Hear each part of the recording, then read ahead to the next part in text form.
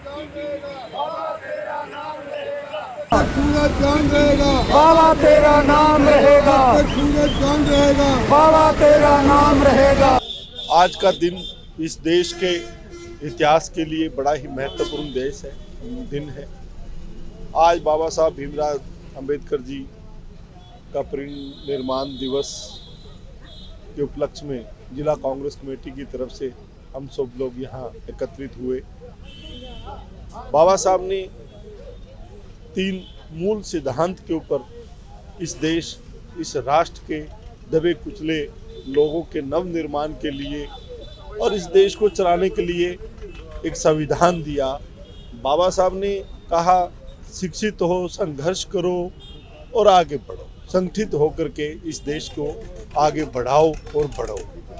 आज मैं सब लोगों को, इस देश के प्रत्येक नागरिक को ये कहना चाहूँगा कि मूल सिद्धांत जो बाबा जी का था वही आज की इस पृष्ठभूमि में सार्थक है और हम सबको एकत्रित होकर के, इकट्ठे होकर के, शिक्षित होकर के संघर्ष करते हुए इस देश को आगे बढ़ाना है।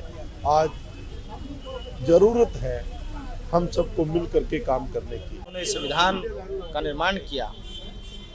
बाबा साहब अम्बेडकर जी का महापरिनिर्वाण दिवस है और इसके लिए मैं सभी देशवासियों को शुभकामनाएं देता हूं, बधाई देता हूं। और आज जिस माहौल में हम ये कर रहे हैं उस वक्त हमें संविधान को बचाने की ज़रूरत है।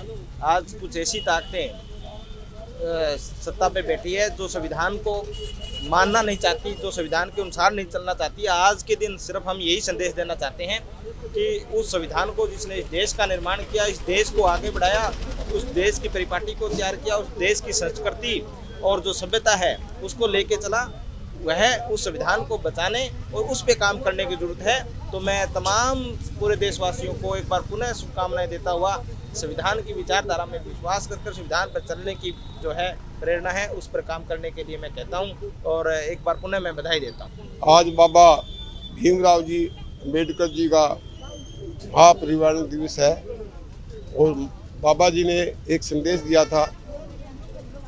उन्होंने एक बनो, शिक्षित बनो, नेक बनो और असली समाजवाद का जो नारा इन्होंने दिया था, अभी सब मिलजुल के रहें, प्यार से रहें, भाईचारे से रहें।